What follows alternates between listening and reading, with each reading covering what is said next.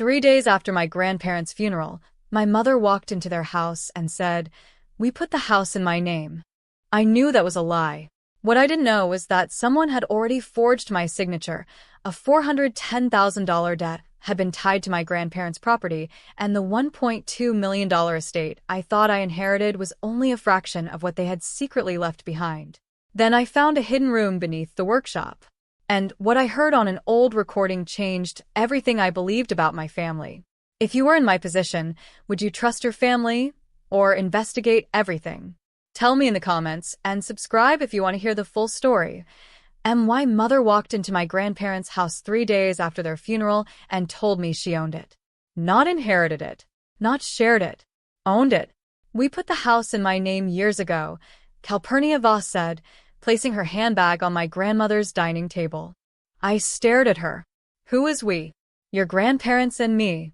My name is Ilera Voss. I was 32 and worked as a records coordinator. My grandfather, Bramwell Voss, was a civil engineer who kept copies of everything. My grandmother, Odelia, ran a tailoring business from their home. Calpurnia was their only child. She was also my mother. For 11 months, we had barely spoken. The funeral had been difficult without her property claim. Odelia's sewing basket was still beside the window. Bramwell's reading glasses were on the sideboard. "I'm the beneficiary named in the will," I said. Calpurnia sighed. "You need to understand that wills don't always tell the whole story." "Then tell me the whole story." She opened her handbag and removed a brown envelope. "This is the agreement." The document was titled Family Property Transfer Agreement. It stated that Bramwell and Odelia had agreed to transfer ownership of their home to Calpurnia. There were signatures at the bottom. My grandfather's. My grandmother's. I read the date. 4 months before Bramwell died. "Why does the will leave it to me?" "Because things changed." "What changed?" "You became the responsible one." That answer made no sense. Before I could respond, my phone rang. It was Nykaner Vale, the estate attorney. "Please tell me you haven't signed anything," he said. "I haven't." "Good. Do not sign anything your mother gives you." Calpurnia stood. "You're already calling him?" "I'm the beneficiary." "You're being manipulated." "By whom?" She picked up her handbag. "By people who want your money." That was the first time she said the word. Money. Not grief. Not family. Money. After she left, I sat alone at the dining table. The estate was supposed to be worth about $1.2 million. The house, 2 rental units, investment accounts, and a storage property outside the city. The next morning, I drove downtown to Nykaner's office. His office was near the courthouse. Nykaner was 67 and had represented my grandparents for more than 20 years. He placed the original will in front of me. "Read this." I did. The house and rental units were left to me. The investment accounts were divided between me and a literacy foundation. The storage property was to be sold, with the proceeds added to the estate. Calpurnia's name appeared nowhere. Now look at this. The county property record showed Bramwell and Odelia Voss as the owners. There had been no transfer. No deed to my mother? No. I showed him her document. He examined it under a desk lamp. The signatures look convincing. My stomach tightened. "You think it's real?" "I think someone wanted it to look real." He pointed at my grandfather's signature. "Your grandfather had a specific way of signing his middle initial. This mark is missing." "That could be nothing." "It could." He opened another file. "There's something else. 4 months before this supposed transfer, your grandfather was in the hospital for nearly 3 weeks." I remembered that. Could he still have signed it? Possibly. But there should be a corresponding county filing. There isn't. No. Then how do we prove it? We trace where this document came from. That afternoon, I went to the county records office. A clerk named Sabria Quill searched the property history. "Ownership never changed," she said. "What about a private transfer agreement? Those aren't always filed. Can you tell when this document was scanned?" She entered the document number. Then she frowned. "This is strange." "What?" "It was uploaded 2 weeks after your grandfather died." I stared at the screen. Could someone have uploaded an old document? Of course. The archive tells us when it entered the system, not when it was created. I left with the archive record. That evening, I searched Bramwell's desk. At 9:15 p.m., I found a folder labeled property tax. Inside were tax statements, insurance records, repair invoices, and an old bank letter. The letter was dated 3 months before the supposed property transfer. It said, "We are unable to approve the requested loan because the property owner has declined to provide collateral." The property address was my grandparents' house. The applicant was a company I had never heard of, Northmere Hospitality Group. A loan statement showed it had borrowed $410,000 against my grandparents' property. I called Nykaner. I found a loan, I said. $410,000. Northmere Hospitality Group. There was a pause. Who owns Northmere? I don't know. Illyra, don't investigate this alone. Why? Your mother has been connected to that company. I sat down. How connected? I don't know yet. Then he said, "Your mother wasn't telling you the truth." Before I could ask what he meant, I heard a door close downstairs. I froze. Nykaner? I'm here. Someone is in the house. I stepped into the hallway. The downstairs lights were off. Footsteps moved near the kitchen. Then the back door opened. Someone ran outside. I called the police. By the time officers arrived, nobody was there. Beneath the back door was a white envelope. My name was written on it. Inside was a photograph of my grandfather standing beside a municipal records officer. On the back, in my grandmother's handwriting, were 7 words. "Do not trust the story they gave you." I knew that handwriting. The next morning, I called Nykaner. He listened without interrupting. When I finished, he said, "Bring me the photograph." Why? Because I recognized the man standing beside your grandfather. Who is he? Nykaner took a breath. He was the county officer who handled your grandparents' property records. And he died 6 months ago. I looked at the photograph again. Then I noticed something I had missed. The officer was holding a red folder. I had seen that same red folder in my mother's handbag. And suddenly I understood something. My mother had not come to my grandparents' house to tell me about an inheritance. She had come to control whatever my grandparents had been trying to hide. The red folder was the first thing I looked for when my mother returned 2 days later. It was not in her handbag. That bothered me more than I expected. I had spent the previous night replaying everything that had happened since the funeral.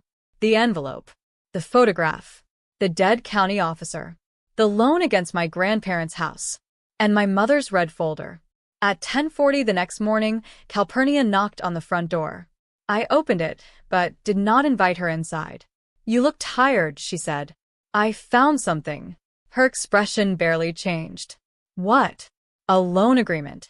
She looked past me toward the hallway. "From whom?" "Northmere Hospitality Group." For the first time, she stopped smiling. Then she said, "You shouldn't be going through your grandparents' private records. I'm the executor." "That doesn't make you an accountant."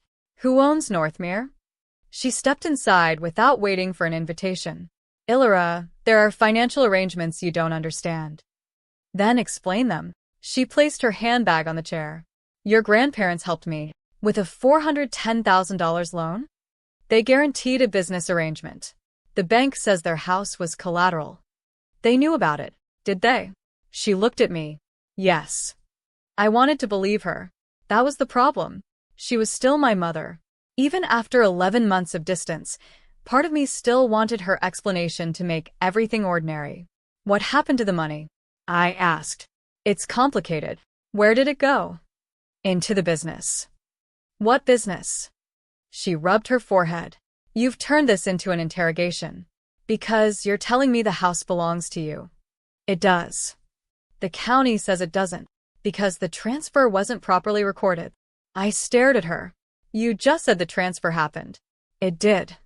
"Then why wasn't it filed?" She didn't answer. Instead, she picked up her handbag. "You should sell the house." I laughed. "You just told me it's yours. I'm trying to help you. By telling me to sell something you claim you own?" Her voice hardened. "You don't know what you're dealing with." "Then tell me." She walked toward the door. "Stay out of Northmere." That was the first direct warning she had given me. I watched her leave. At noon, I drove to Nykaner's office. He had already contacted a forensic accountant named Quenby Rusk. Quenby was 44, wore square glasses, and had the habit of tapping her pen against documents whenever she found something suspicious. She introduced herself, opened her laptop, and said, "I have 3 questions." "Go ahead." "Did your grandparents ever own a business?" Yes. "My grandfather had an engineering company." "Did your mother ever work there?" "Not that I know of." "Did she have access to their bank accounts?" "Again, I don't know." Quenby turned the laptop toward me. I traced the $410,000. The screen showed a list of transactions. Northmere had received the loan. Then the money had moved. $72,000 went to a catering supplier. $64,500 went to a restaurant equipment company. $41,000 went to a property management firm. Then $190,000 went to 3 companies I had never heard of. "What are those?" "Shell companies," Quenby said. Who owns them?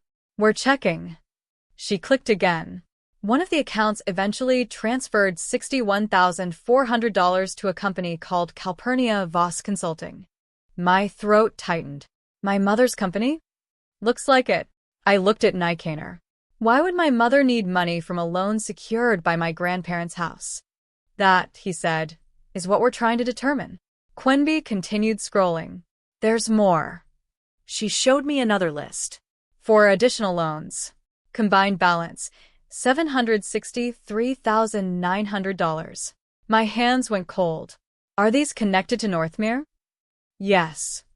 "Who guaranteed them?" Quenby looked at me. "Your grandfather." No. I shook my head. He would never do that. Then someone used his name. She opened scanned copies of the agreements. There was Bramwell's signature. One after another. Every document looked legitimate. But something bothered me. I remembered my grandfather's handwriting. He had always written his initials with a long diagonal stroke. These signatures were too smooth. "Can you tell if they're forged?" "Not conclusively." Quenby leaned back. "But I know someone who can." That afternoon, we drove to a handwriting specialist across town. His office was above a pharmacy, and every wall was covered with framed certificates. His name was Merritt Sable. He examined 6 documents without speaking. After 20 minutes, he looked up. These signatures were not written naturally. My heart stopped. "What does that mean?" "Someone reproduced them." "Are you certain?" "I would need the originals for formal opinion, but the pressure patterns are inconsistent." Nikaner asked, "Could a person have copied the signature from another document?" "Yes." "Could they have copied it more than once?" "Very easily." I thought about the property transfer, then the loan agreements, then the photograph. The same signature appeared across everything. Merritt placed the documents into separate sleeves. Whoever did this had access to a genuine sample. On the drive back, I couldn't speak. At 4:30 p.m., Quenby called. "I found the ownership records for Northmere. And your mother isn't the listed owner." I frowned. "Then who is?" "An entity called Valen Meridian Holdings." "Who controls it?" "We're still tracing that." An hour later, she sent me the corporate registration. The controlling manager was a man named Rennick Sorrell. I didn't know him, but my mother did. I knew that because I found his name in an old email on my grandfather's computer. The email was from Bramwell to Odelia. It contained only 3 sentences. "Calpurnia has been meeting Rennick again. I told her not to use our property. If she does this one more time, I will cut off every financial connection." The email was dated 8 months before his death. I read it twice. Then I searched the computer for Rennick's name. There were 17 results. Most were deleted. 1 file remained. It was a scanned letter from a bank. The subject was a loan restructuring request. The applicant was Calpurnia. The proposed collateral was my grandparents' house. At the bottom was a handwritten note from Bramwell. "Rejected. Do not process without my personal approval." I called Nikaner. He said, "Do not tell your mother what you found." I wasn't planning to. Good. What happens next? We challenge her property claim. Can she stop me from inheriting? No. But she can create enough confusion to delay the estate. How long? Months, potentially. I looked through the living room window. The house was getting dark. I don't want months. I know. No. I mean, I don't want to spend months fighting her. You may not have a choice. That evening, I made dinner in my grandmother's kitchen. At 8:17 p.m., my phone buzzed. It was a message from an unknown number. You are looking in the wrong place. I stared at it. Another message arrived. Northmere is not the real problem. Then a photograph appeared. It showed the exterior of a bank. I recognized the building. It was the private bank where my grandparents had kept their investment accounts. A third message followed. Check the account ending in 4419 before your mother does. I called Quenby immediately. She told me not to touch anything. The next morning, we went to the bank. The account ending in 4419 was an investment account opened by Bramwell more than 15 years earlier. Its current balance was $482,700. I almost cried from relief. Then, the banker showed us the transaction history. There had been a withdrawal request 2 weeks earlier. The request was rejected. The person who submitted it had provided a power of attorney. The name on the power of attorney was Calpurnia Voss. She tried to withdraw the money? I asked. The banker nodded. She claimed she was authorized. Was she? No. I looked at Quenby. Who stopped it? The banker pulled up the account notes. Your grandfather. My pulse quickened. That's impossible. He died months ago. The banker pointed to the date. The protective note had been added 6 days before his death. It read, under no circumstances release funds to Calpurnia Voss. If she presents a power of attorney, contact my attorney immediately. Nykaner read the note when we returned to his office. He became unusually quiet. Your grandfather knew. Knew what? That your mother might try to access the estate. I looked at the photograph from the anonymous sender, then at the forged documents, then at the account restriction. How did whoever sent me that message know about the account? Nykaner had no answer. At 6:05 that evening, I returned to the house. The front door was locked. Nothing appeared disturbed, but when I walked into the kitchen, I noticed something on the table. A red folder. I had not left it there. I opened it. Inside was a single bank statement. The account ending in 4419 showed a balance of $482,700. But beneath it was another document. A transfer instruction. The destination account belonged to Valen Meridian Holdings.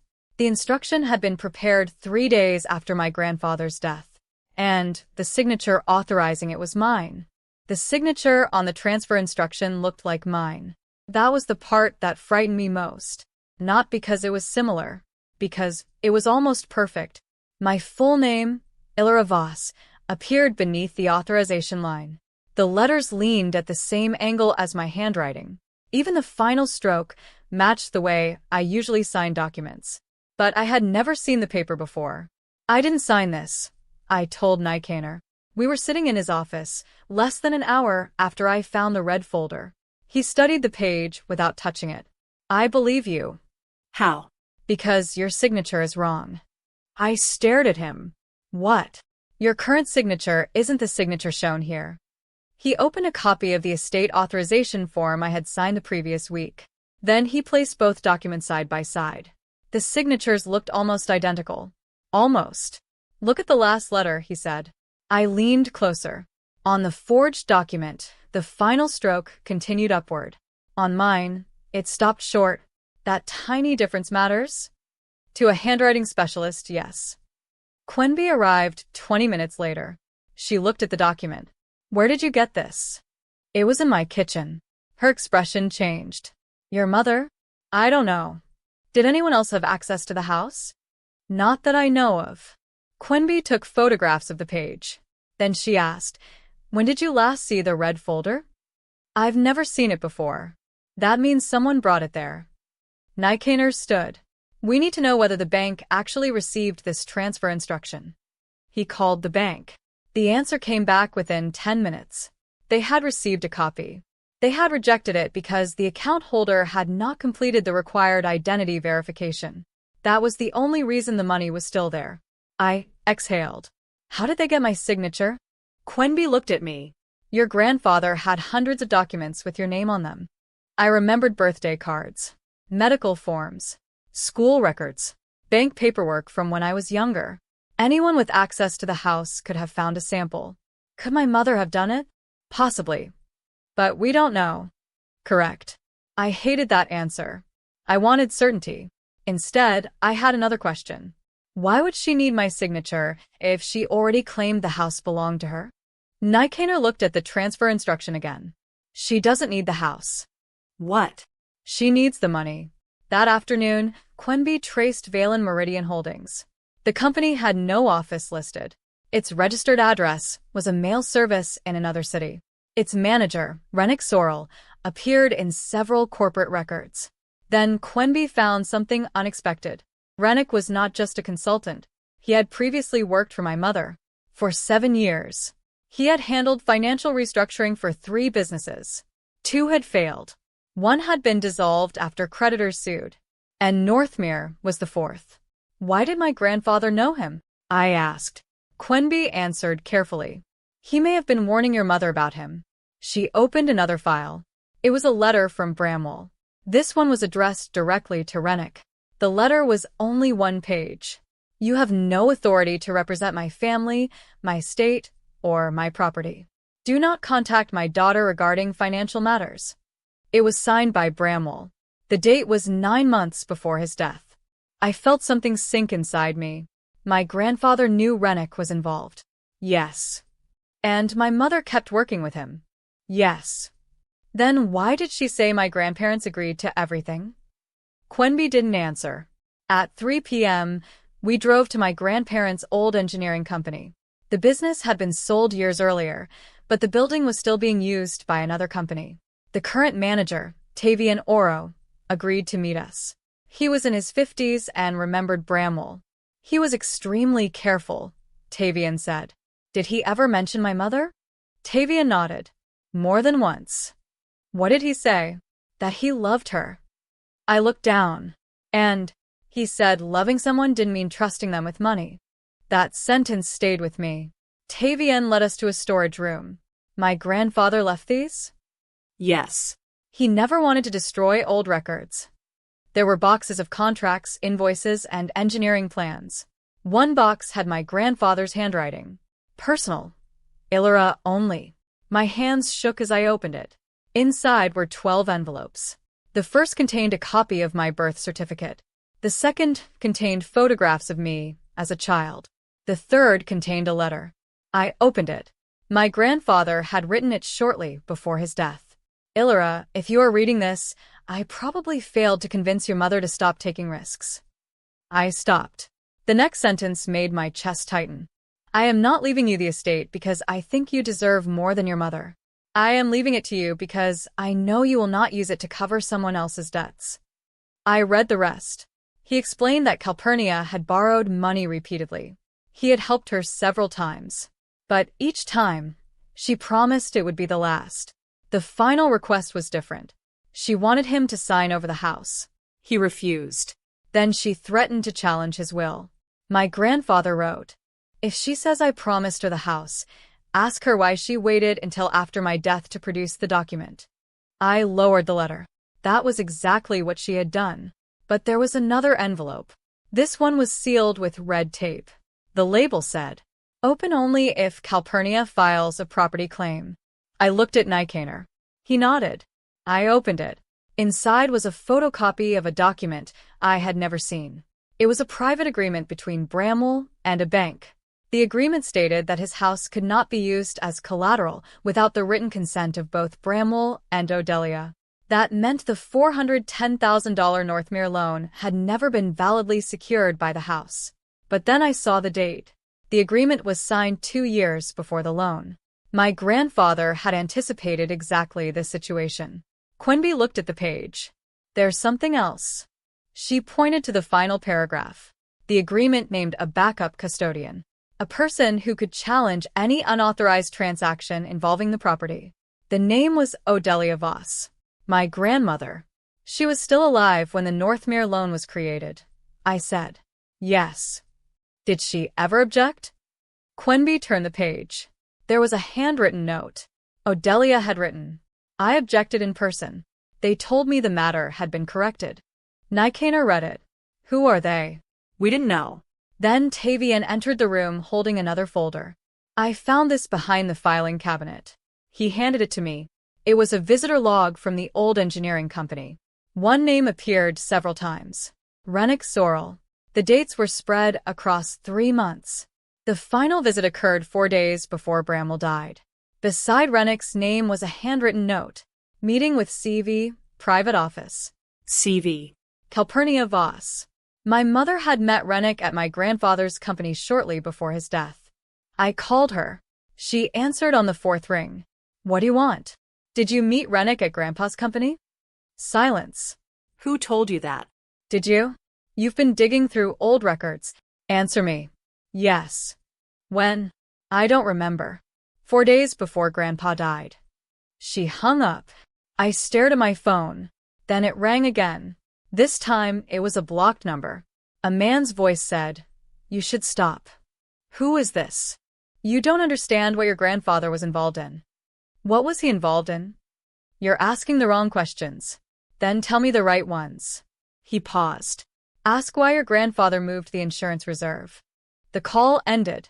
I looked at Quenby. What insurance reserve? She was already typing. 30 minutes later, she found it. There was an insurance policy attached to Bramwell's old engineering company. The death benefit was substantial, nearly $900,000. The beneficiary was listed as his estate, but the policy had been amended 6 days before his death. The beneficiary had been changed. Not to Calpurnia, not to me, to a company called Voss Legacy Foundation. I had never heard of it. Neither had Nicanor. We searched the corporate registry. The foundation existed. It had been created 8 months earlier. Its registered director was my grandfather. Its secondary director was someone else. Someone whose name I recognized immediately. Renick Sorrell. I couldn't breathe. My grandfather had spent months warning me about Rennick. Yet Rennick was legally attached to a foundation that controlled nearly $900,000 of my grandfather's insurance money. That couldn't be an accident. We drove to the foundation's registered address the next morning. It was a small office above a closed bookstore. Nobody answered the door, but a receptionist from the neighboring office recognized Rennick. He comes here sometimes, she said. When? Usually Fridays. What time? She checked her calendar. This Friday. Around 4. It was Thursday. We waited. At 4:15 the next day, a black sedan stopped outside. A man stepped out. I recognized him from my grandfather's photograph. Renick Sorrell. He entered the building carrying the same kind of red folder my mother had carried. I moved toward the door. Nicanor grabbed my arm. Wait. Rennick stopped. He turned toward us. For several seconds, nobody spoke. Then he looked directly at me and said, Your grandfather told me you would eventually find this place. I stared at him. What did he tell you? Rennick gave a small, tired smile. He told me that when you came looking for the truth, I was supposed to give you one thing. He opened the red folder. Inside was a photograph. It showed my mother, Rennick, and my grandfather sitting together at a restaurant. The date was printed on the bottom. It was taken 2 weeks before my grandfather changed his will. And my mother was holding a document that looked exactly like the property transfer agreement she had shown me. But there was one major difference. The signature on that document was not my grandfather's. It was mine. I had never signed it. I had never even seen it. Rennick looked at me and said quietly, Your mother didn't forge your grandfather's signature. He turned the photograph toward me. She forged yours. I couldn't take my eyes off the photograph. My mother was sitting beside Renick Sorrell, and my grandfather was across from them. On the table between them was a document. My name was visible at the bottom. My signature was there too, except I had never signed it. I looked at Rennick. You said my mother forged it. I said she forged your signature. That's different. Yes. How? Because your mother didn't create the document. I felt my stomach tighten. Who did? Rennick closed the folder. Not here. Nicanor stepped forward. You've been involved with Calpurnia for years. Rennick looked at him. And you've been involved with Bramwell for longer. That doesn't answer the question. No. Rennick glanced at me. Your grandfather knew what Calpurnia was doing. He also knew what I was doing. What were you doing? Trying to stop her. I almost laughed. You helped her borrow money. I helped her restructure debt. You helped her put my grandparents' house at risk. I tried to prevent that. Then why does your company control the insurance foundation? His expression changed. Because your grandfather asked me to. I stepped closer. My grandfather hated you. He didn't. He wrote that you had no authority to represent our family. He wrote that because he wanted me to stay away from you. Why? Because he knew Calpurnia was watching. That answer made no sense. Then Rennick opened the red folder again. He removed a photocopy. This is the original version. I took it. It was the same property agreement, but the signature section was blank. That's not what my mother showed me. I know. Then when was my signature added?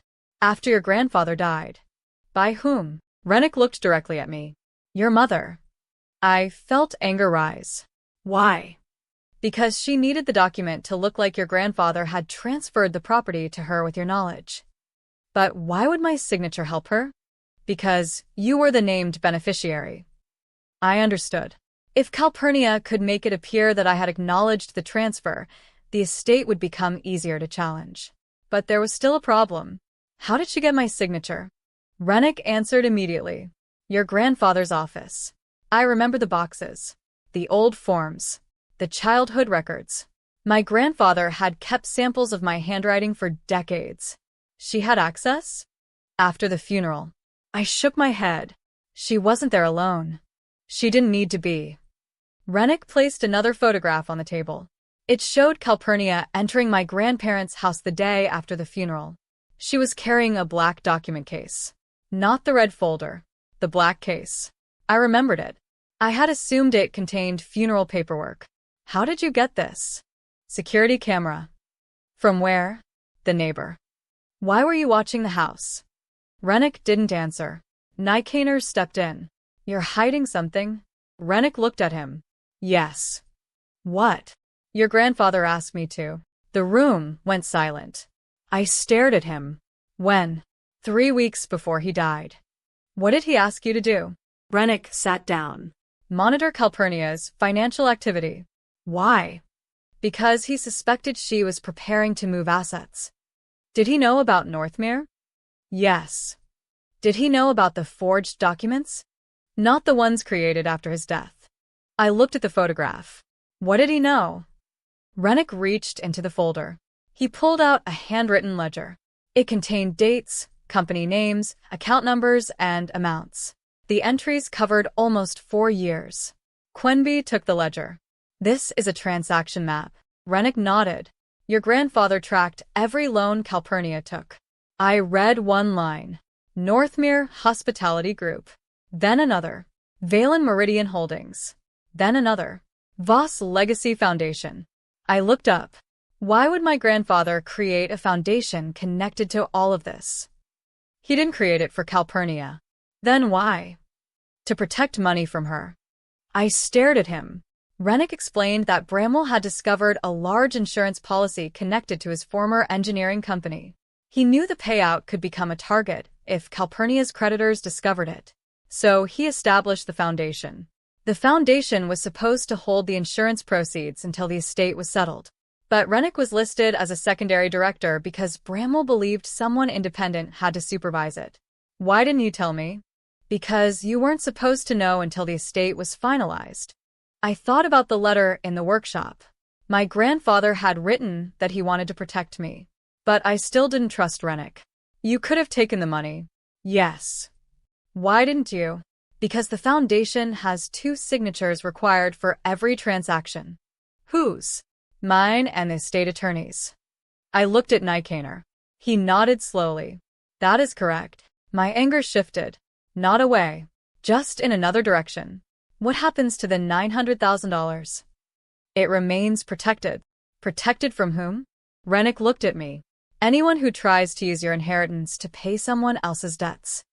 The sentence hit me. It was almost identical to my grandfather's warning. Then Quenby interrupted. There's something missing. Everyone looked at her. She was holding the ledger. These transactions stopped 3 months before Bramwell died. Rennick nodded. That is when he stopped tracking them himself. Who took over? No one. Then how do you know what happened afterward? I don't. Quenby looked at me. That means the most important transactions happened after his last record. We spent the next hour reviewing everything. Northmere had received money. Valen Meridian had moved money. Calpurnia's company had received money. But there was one transfer we couldn't explain. A payment of $147,800 had been sent to an account under the name Oris Vale Services. The transfer occurred 12 days after Bramwell died. Who owns Oris Vale? I asked. Quenby searched. It's a dormant company. Owned by... She stopped. That's strange. What? The registered director is listed as Odelia Voss. My grandmother. I stared at the screen. She died before the transfer. Yes. Then how could she authorize it? She couldn't. Nykaner leaned toward the laptop. Find the account administrator. Quenby did. The bank records showed the transfer had been authorized electronically. The authorization token belonged to a device registered to Calpurnia. I felt numb. My mother had used my grandmother's identity to move almost $150,000. But why? What did the money pay for? Quenby traced the destination. The money had been split into 4 payments. 1 went to a law firm. 1 went to a private investigator. 1 went to a document preparation service. And the final payment went to a storage facility. What's in the storage unit? I asked. We don't know. I looked at Nykaner. Can we access it? We can request records. Rennick shook his head. Don't. Why? Because if Calpurnia stored what I think she stored there, she will know the moment someone asks. Then what are you suggesting? Go there before she does. We left immediately. The storage facility was on the eastern edge of the city, behind an industrial park. The manager, Perrin Holt, met us at the office. He checked the unit number. Unit 318. Who rented it? I asked. He looked at the screen. Your grandmother. I felt a chill. Are you sure? Yes. When? 8 months before she died. That didn't make sense. My grandmother had never mentioned a storage unit. Who had access? Perrin checked the access log. Odelia Voss had the original access card. Anyone else? He scrolled. Calpurnia Voss. When? 2 days after Odelia died. I closed my eyes. The unit was still active. The rent had been paid automatically. I asked Perrin to open it. He hesitated. I need authorization. Nykaner showed him the estate documents. After several minutes, the lock clicked. The door rolled upward. Inside were boxes. Dozens of them. Some were labeled with dates. Others had no labels. There was a sewing machine in the corner. My grandmother's. I stepped inside. Then I saw something on the back wall. A large metal cabinet. It was locked. Rennick stood behind me. That's what I thought she'd hidden. What? He pointed at the cabinet. Evidence. Quenby found a key taped beneath one of the shelves. It opened the cabinet. Inside were folders, bank records, photographs, property documents, and a small digital recorder. I picked it up. There was one file, recorded 18 months earlier. I pressed play. My grandmother's voice filled the storage unit. If you're hearing this, Illyra, then something has gone very wrong. I couldn't move. Her voice continued. I need you to know that I did not trust the people around Calpurnia. There was a pause. Then she said something that changed everything. Your mother is not the person you should be afraid of. I looked at Rennick. He went pale. My grandmother continued.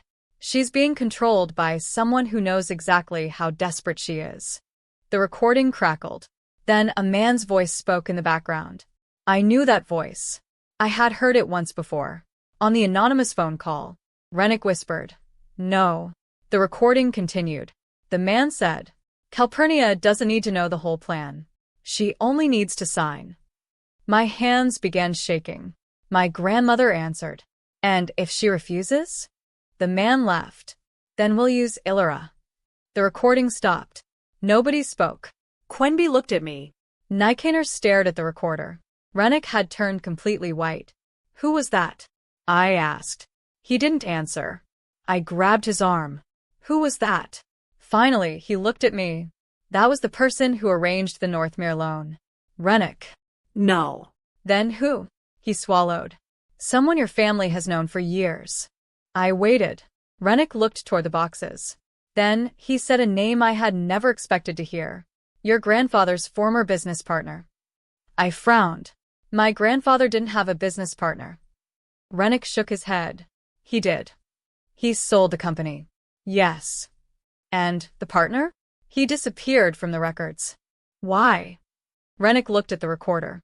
"Because Bramwell removed him." "Who was he?" Rennick finally answered. "His name was Ephraim Voss." I stared at him. "Voss?" "Yes." "Who is Ephraim Voss?" Rennick's expression hardened. "Your grandfather's older brother." For several seconds, nobody moved. Then my phone rang. The caller ID showed my mother's name. I answered. Her voice was shaking. "Ilira, listen to me carefully." "What?" "You need to leave that storage unit." "Why?" "Because Ephraim knows you're there." I looked toward the open door. Calpurnia whispered. "He just called me." Then the line went silent. Outside, a car engine started. Someone was leaving the parking lot. And on the floor beside the cabinet, I noticed a fresh set of muddy footprints leading directly toward the boxes we had just opened. The muddy footprints stopped beside the cabinet. I looked at the storage unit door. Someone was just here. Nykaner moved first. "Everyone stay inside." Rennick pulled out his phone and stepped toward the entrance. Quenby stopped him. "Don't." He turned. "Why?" "If someone wanted us to think they left, they may still be watching." The parking lot outside looked empty. A gray sedan was parked 3 spaces away. Its engine was running. Then the car pulled out. I watched it disappear between the warehouses. My phone was still in my hand. My mother had called. Ephraim knew where I was. That meant someone had been monitoring the storage unit. And if Calpurnia had warned me, then something had changed between her and whoever had been controlling her. We searched the unit carefully. The boxes contained years of financial records. Some belonged to my grandparents. Others belonged to companies I had never heard of. Quenby opened a folder marked EV, 1998. Inside were engineering contracts. At the top of the first contract were 2 names, Bramwell Voss And Ephraim Voss. I stared at them. "This is real." Nykaner nodded. "Apparently. Why did I never hear about him?" "Your grandparents never mentioned him?" "Not once." Rennick stood near the wall. "He was removed from the company." "Why?" "Fraud." I looked at him. "What kind?" "Financial." Quenby flipped through the records. "There are payments missing." "How much?" She calculated. "Almost $600,000. "From the company?" "Yes." "Where did it go?" "Several accounts." She pointed to one. Valen Meridian Holdings. The same company that had appeared in Calpurnia's transactions. My chest tightened. "Ephraim created Valen?" "No," Rennick said. "He did." Everyone turned toward him. Rennick looked uncomfortable. "Ephraim created it decades ago. It was dissolved after the investigation." Quenby frowned. "Then why does it appear in current records?" "That is what we need to find out." I opened another folder. There were court documents from 27 years earlier. The case involved Bramwell and Ephraim. The allegations were severe. Ephraim had moved company funds without authorization. Bramwell had discovered it. The partnership ended. Ephraim disappeared from the business world. But one document contained something I had never expected. A settlement agreement. Bramwell had agreed not to pursue criminal charges. In exchange, Ephraim surrendered his ownership interest. I looked at Nykaner. Why would Grandpa let him go? Because he was family. I shook my head. That sounds like something Grandma would hate. She did. A handwritten note was attached to the agreement. Odelia had written, "Bramwell believes this is mercy. I believe he is postponing the problem." The sentence stayed in my head. For nearly 30 years, my grandparents had believed Ephraim was gone. Apparently, he wasn't.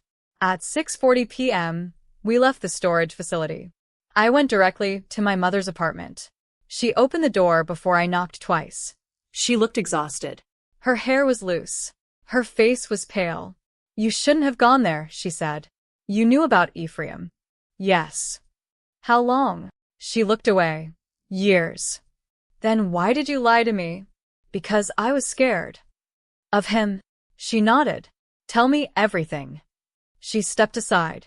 I entered. The apartment looked nothing like the house I grew up in. There were boxes everywhere. Financial papers covered the dining table. A laptop was open. Several envelopes were stacked beside it. Calpurnia closed the door. "Ephraim found me 4 years ago." Why? He said he wanted his share of the family assets. He had no share. He didn't care. She sat down. He knew I was struggling. He offered to help. "And you accepted?" "Yes." "What did he want?" "At first, information." "About what?" "Your grandparents." I felt angry. "You gave him information?" I didn't understand what he was doing. "You gave him access to their finances." I thought he was helping me refinance my businesses. Then Northmere happened. She nodded. "Ephraim arranged the loan." "You told me your parents guaranteed it." I lied. Why? "Because I knew you would stop me." I stared at her. "You used their house." I was desperate. "You forged documents." I didn't forge the first ones. The ones claiming Grandpa transferred the house? She looked down. "Ephraim gave me those." "You knew they were fake." "Yes." "And my signature?" She closed her eyes. I copied it. The room went quiet. Why? "Because Ephraim told me he needed proof that you had agreed to the arrangement." "I never agreed." "I know." "You knew." "Yes." I stood. "So, you knew you were stealing from me?" "I thought I could fix it." "That is not an answer." "I thought the business would recover." "And if it didn't?" She didn't answer. I looked around the apartment. There were no expensive decorations. No luxury furniture. Nothing that suggested she had spent the money on herself. "What did you do with it?" "Most of it went to debts." "Whose debts?" "Mine." I felt anger rise again. Then she said something unexpected. "Some went to Ephraim." "How much?" "About $180,000. Quenby's calculations came back to me. The amount was close. "Why would he take money from you if he was planning to control the estate?" "Because he wanted me dependent on him." "Why?" She looked at me. "He wanted the insurance money."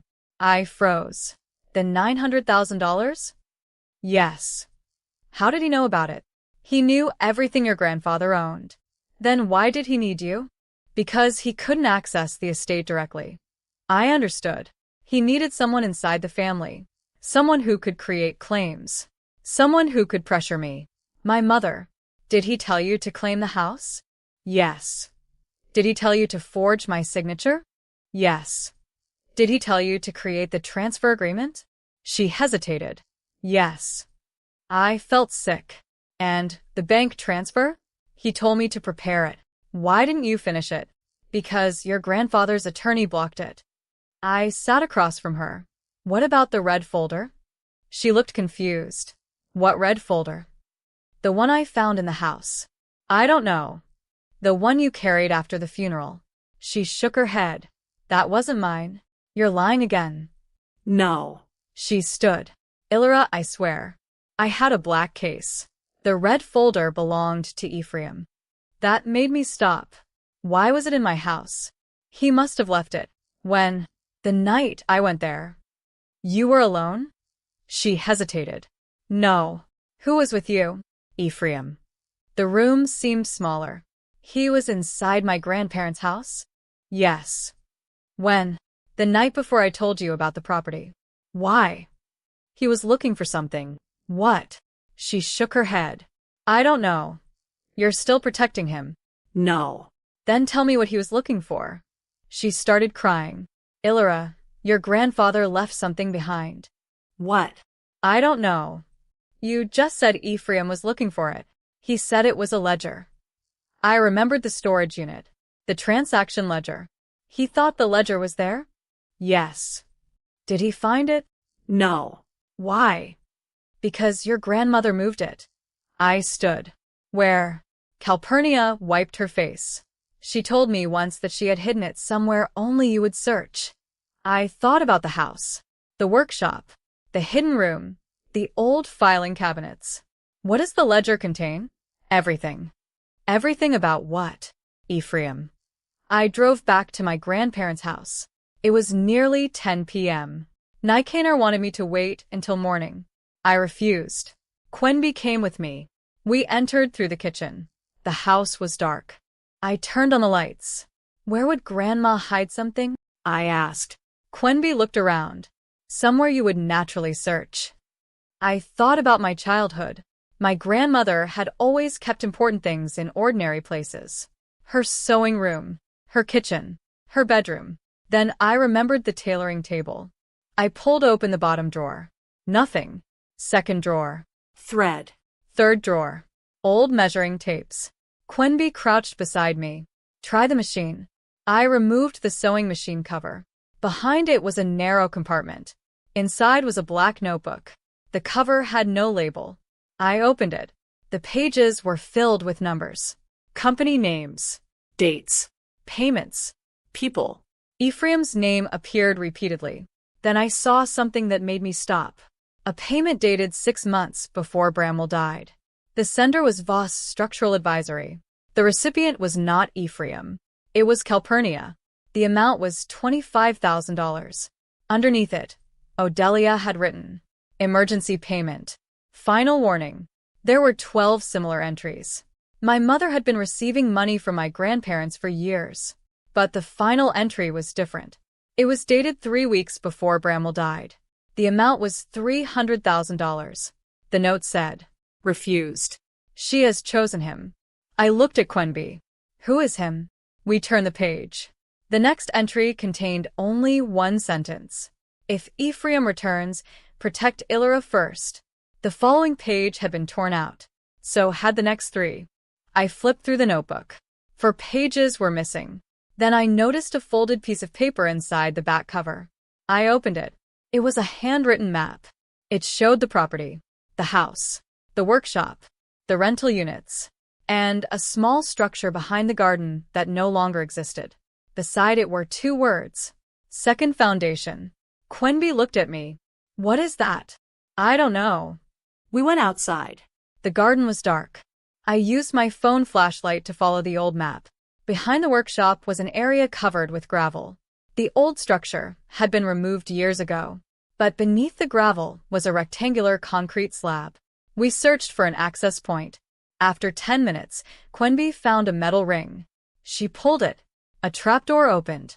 Below, it was a narrow concrete stairway. I stood at the top. Grandpa never told me this existed. Quenby looked down. "There are lights." She switched on her flashlight. The room below was small. There were shelves, A desk. and one metal cabinet. On the desk was a cassette recorder. Beside it was a note. My grandmother's handwriting. "Illyra, if you found this, Ephraim has returned. Do not trust anyone who tells you the money is the only thing at stake." I picked up the recorder.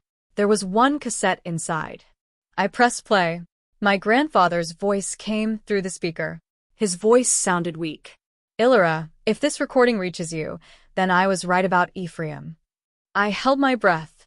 "He will not come for the house." A pause.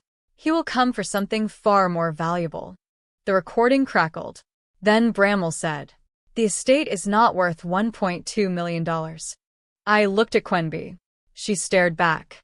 My grandfather continued, "The figure is deliberately incomplete." I stopped breathing.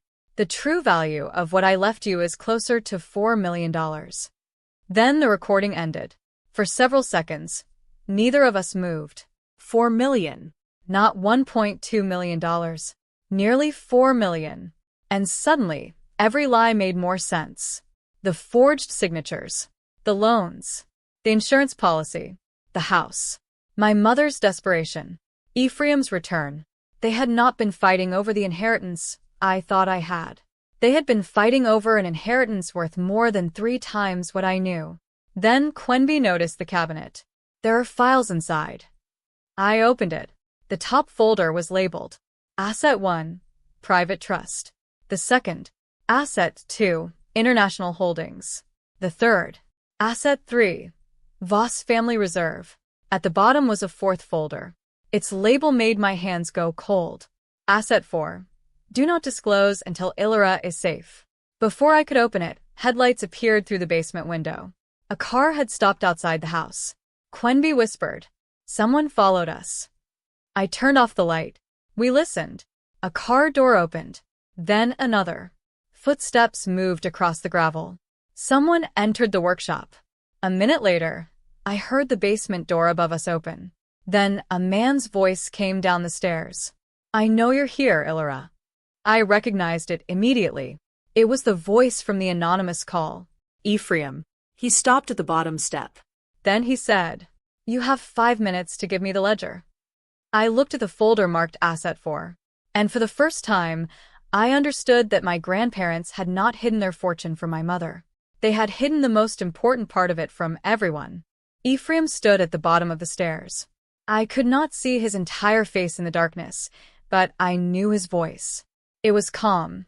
That frightened me more than shouting would have. "You have 5 minutes," he repeated. Quenby whispered, "Do you have your phone?" I nodded. She pointed toward the cabinet. "Take the folder." I reached for Asset 4. "Do not disclose until Illyra is safe." The folder was thicker than I expected. I tucked it beneath my jacket. Then I noticed something else. A small red button beneath the desk. I pressed it. Nothing happened. Ephraim took another step. "You don't want this to become a police matter." I almost laughed. "You broke into my grandparents' house. I entered a property that contains assets connected to my family. You have no legal claim. Neither does your mother." That stopped me. "You're right." He looked surprised. "Then why are you here?" "Because your grandfather stole something from me." "What?" "My inheritance." I stared at him. "You mean the company?" No. "The money?" No. "Then what?" He smiled. "The truth." Quenby stepped forward. "You're wasting time." Ephraim looked at her. "You must be the accountant. You must be the criminal." His expression hardened. Then the lights upstairs came on. Ephraim turned. Nikanor's voice came from above. "Ephraim Sorrel, step away from the stairs." Ephraim froze. I looked at Quenby. She smiled. "You pressed the emergency alarm." I hadn't even realized the red button had activated one. Nikanor had called the police before we entered the house. Within minutes, officers arrived. Ephraim did not resist. As they took him outside, he looked directly at me. "You think your grandparents protected you?" I said nothing. He smiled. "They protected you from the wrong person." Then he was gone. The police found no weapon on him, but they found the red folder. Inside were copies of financial records, photographs, and a list of properties. The evidence was enough to begin a formal investigation. That night, I finally opened the fourth folder. The first page was a letter from Bramwell. "Illyra, if you are reading this, then the people I feared have finally reached you. I need you to understand one thing. The value of your inheritance was never the number we gave you. The $1.2 million figure was the value of the assets that could be disclosed immediately. The rest was protected through structures designed to prevent creditors, lawsuits, and family disputes from reaching it. Your grandmother and I did this because we knew someone would eventually try. We did not know who would succeed. We only knew that you should have the choice. Not the obligation. The choice." I kept reading. The hidden assets included investment accounts, commercial interests, and a private trust. The total value was approximately $3.8 million. My hands shook. But the next paragraph mattered more. "Do not give this money to Calpurnia. Do not give it to Ephraim. Do not use it to repair mistakes you did not make.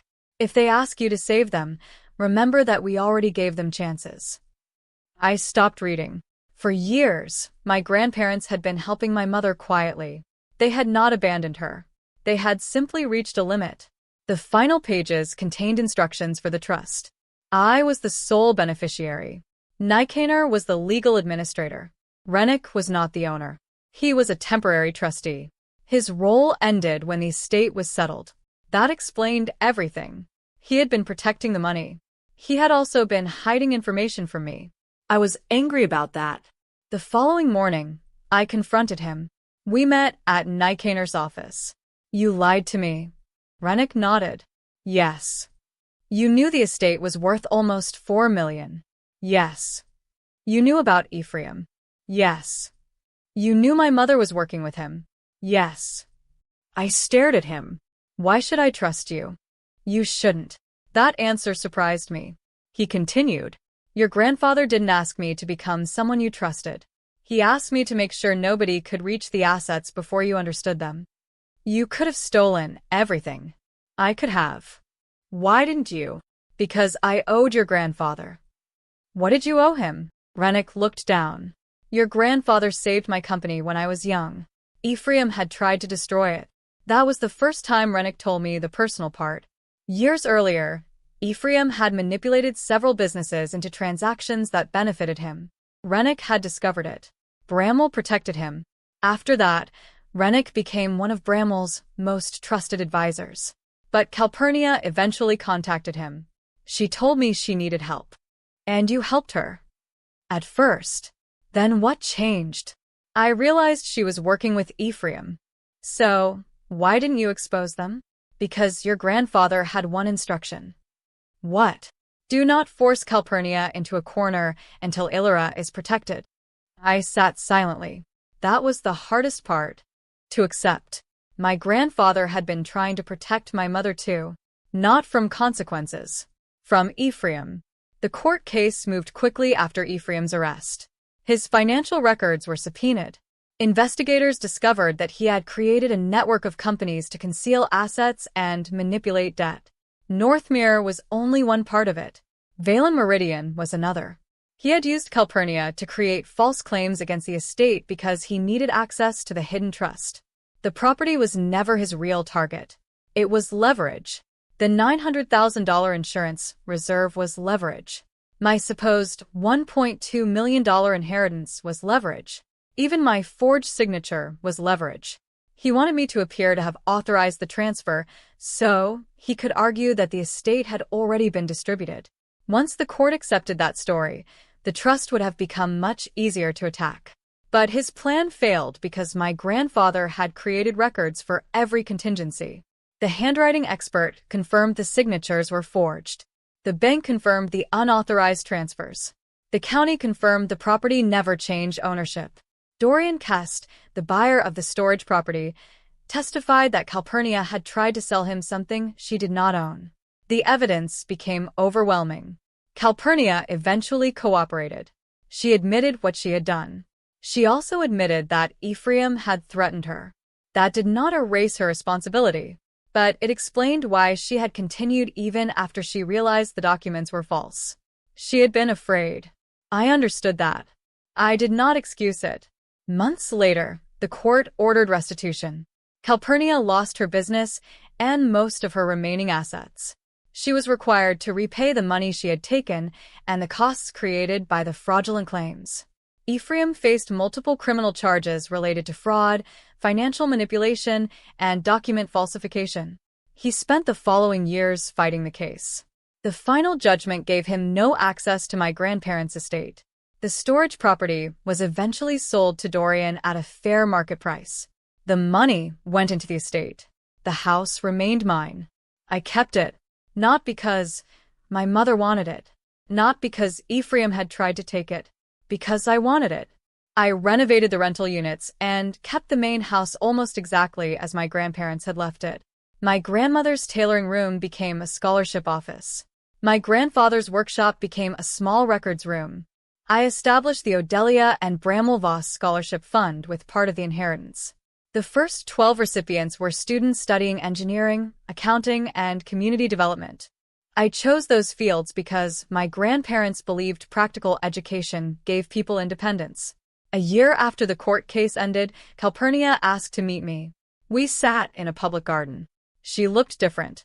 Older. Quieter. I don't expect forgiveness, she said. Good. She looked down. I thought I could fix everything. You made it worse. I know. You lied to me. I know. You used my name. I know. I waited. Then she said, I was afraid that if I failed, everyone would see me as a failure. I answered honestly. You were already failing. You just kept making other people pay for it. She nodded. There was no argument. No dramatic apology. Just silence. Before she left, she gave me an envelope. Inside was a photograph of my grandparents. On the back, she had written, They were right about you. I looked at her. What does that mean? She smiled sadly. They said you would choose what was right even when nobody made it easy. Then she walked away. I never used the inheritance to punish my mother. I didn't need to. The court gave her consequences. The banks gave her debts. Her own decisions changed her life. My role was simply to stop carrying them. 2 years after the funeral, I stood in my grandparents' kitchen on a Sunday morning. The house was quiet. The rental units were occupied. The scholarship fund was operating. The hidden trust had been transferred into accounts I controlled. The final value of the estate was just under $4 million. But when I looked around the kitchen, I didn't think about the money. I thought about my grandmother's sewing basket, my grandfather's glasses, the dining table where my mother had once told me the house belonged to her. She had been wrong. But the biggest lesson wasn't that the house belonged to me. It was that ownership gave me a choice. I could sell it, Keep it. share it, leave it. Nobody else got to decide. That was what my grandparents had protected. Not the house. Not the money. My right to choose what happened next. And I finally understood why they had hidden the truth until I was ready. They knew money could attract people who wanted control. They knew family could make guilt feel like responsibility. They knew fear could make a person surrender things they had every legal right to keep. So they left me evidence. They left me protection. They left me options. Most importantly, they left me the freedom to say no. My mother once told me, we put the house in my name. She was wrong. The house was never hers. But I also realized something else. It was never really mine because of the will. It was mine because my grandparents had trusted me to decide what to do with it. That was worth more than $1.2 million. It was worth more than the hidden $3.8 million. It was the part of the inheritance nobody could forge, borrow, sell, or steal.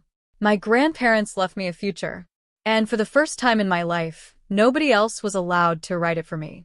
If you enjoyed this story, subscribe for more original family dramas, inheritance twists, hidden secrets, and endings where accountability finally catches up with the people who tried to escape it.